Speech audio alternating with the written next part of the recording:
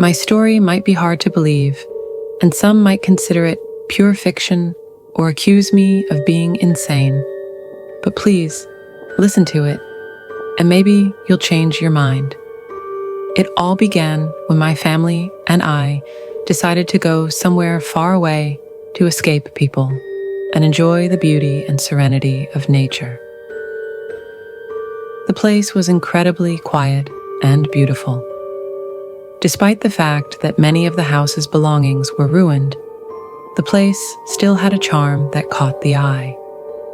The renovations we had planned would turn the place into a paradise, and I couldn't wait for the day when I would live in the place I had dreamed of since childhood. Let me start by describing the house when we arrived. It was a 2-story building, resembling a castle from the outside, surrounded by flowers on all sides, though they were overgrown and in need of much care, resembling a small forest. But imagine how it would look once trimmed.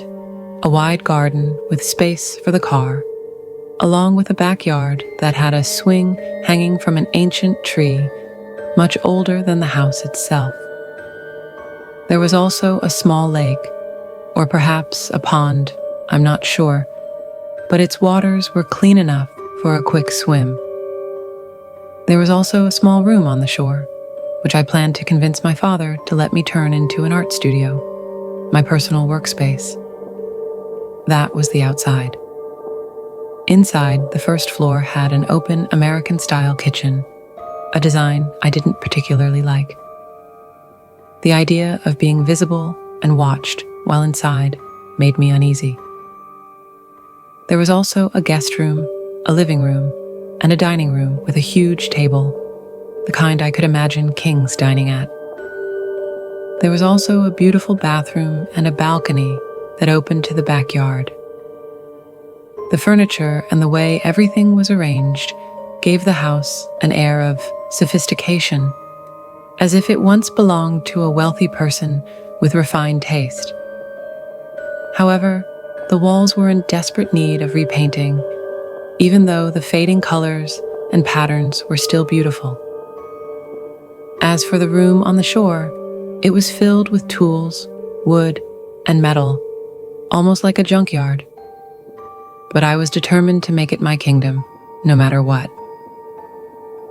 The second floor had 3 bedrooms, each with its own bathroom, a playroom for kids, and another room with workout equipment. There was also a small room on the roof with a glass ceiling, as if the previous owner enjoyed stargazing. Beneath the house was a basement for storing old belongings. After we finished moving our things into the new house, we began renovating it. We repainted the walls, decorated it with fresh flowers, and the house indeed transformed into a beautiful mansion. I forgot to mention that I placed some birds in every balcony, and I can't describe how peaceful it felt to sit by the lake during sunset with my coffee and the sound of the birds singing. It was heavenly. Life became calm and beautiful. Even though the place was quite far, and I wouldn't get home from school until 8 in the evening, the few hours I spent studying were more than enough. The quietness and nature helped us absorb information better. The days passed without much change, but we all eagerly awaited Fridays, not for going out, but because it was the day I dedicated to playing the piano. Every week, I bought new sheet music and played it on my day off. Life was beautiful back then, but it doesn't stay the same forever. After the first part of the school year, and with the start of the mid-year holiday, things started to take a strange turn. It began when I decided to prepare the room by the shore. I emptied it of all its contents, moved in my art supplies, and began decorating the walls. But something strange happened. On the back wall of the closet, I found words written in some incomprehensible language, along with strange drawings and handprints. I tried to read what was written, but none of it made sense. I laughed it off and thought, let's use this to scare my friends a little, make them believe I live in a haunted house. I even recorded it and began convincing my friends that something strange was happening in that room. I uploaded the picture to my website, and my friends started believing it. But I quickly forgot about the whole thing until things started to happen.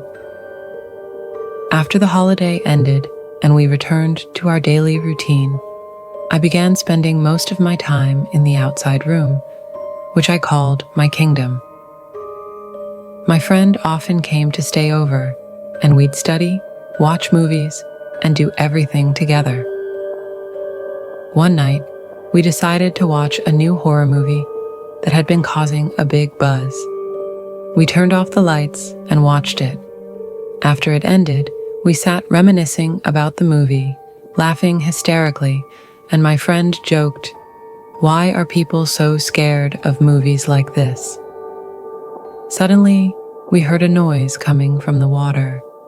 At first, we were terrified, but then we tried to act brave and went outside to see what was going on. We grabbed a flashlight and stepped outside. I swear, I thought I saw someone in the water, but when I shone the light on the area, nothing was there, just a branch floating on the water.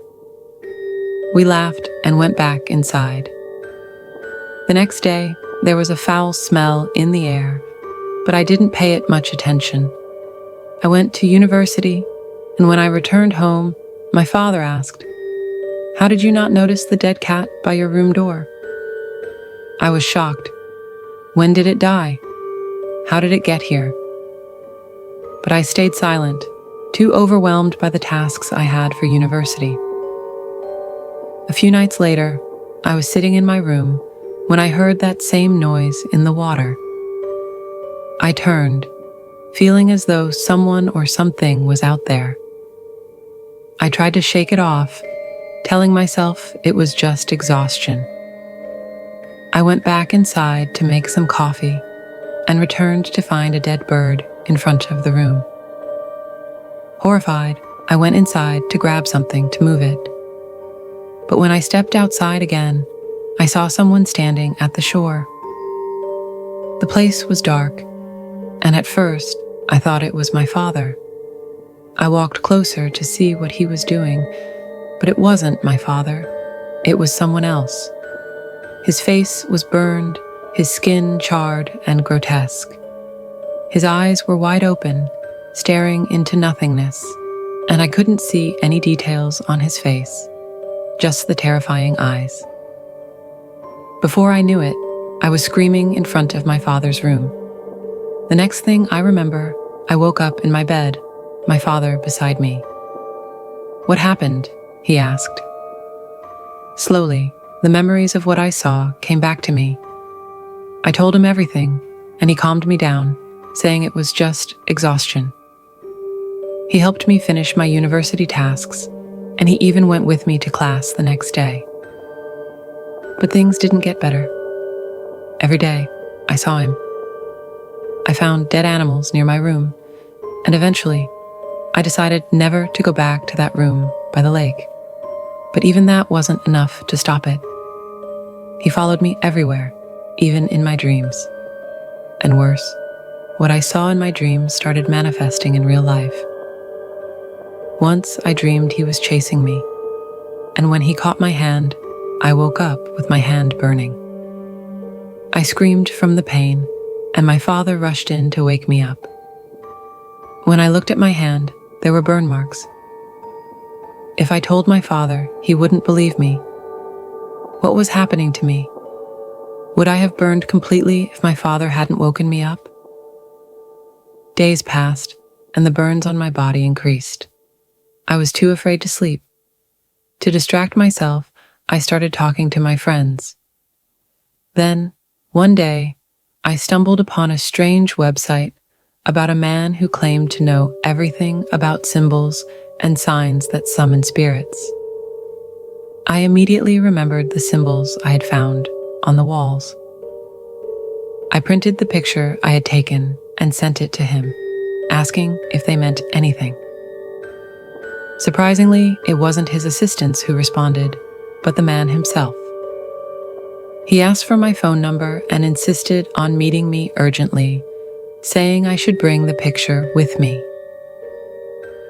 We arranged a meeting, and when I arrived, he asked me to tell him everything that had happened since that night.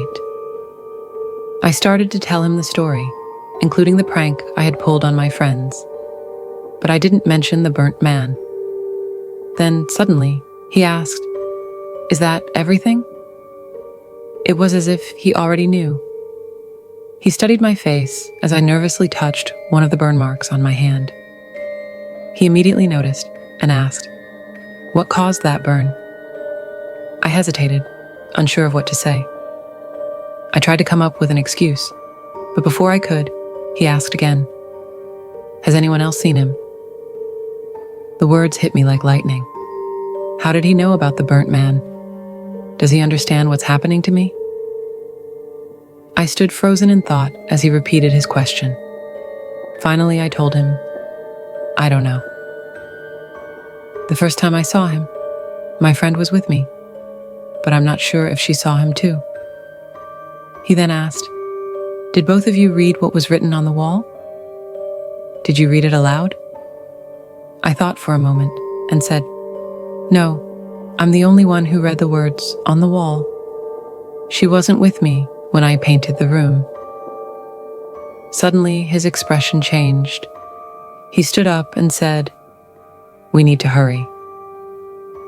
He explained that the previous owner of the house had been trying to summon a spirit using ancient rituals, and that the rituals were incomplete because the man had died. But when I read the words on the wall, I unintentionally restarted the ritual. The only way to end this was to find the spirit's remains and bury them. I was terrified, but the thought of losing my friend and putting my family in danger forced me to act. With his guidance, I jumped into the water to search for the remains of the burnt man.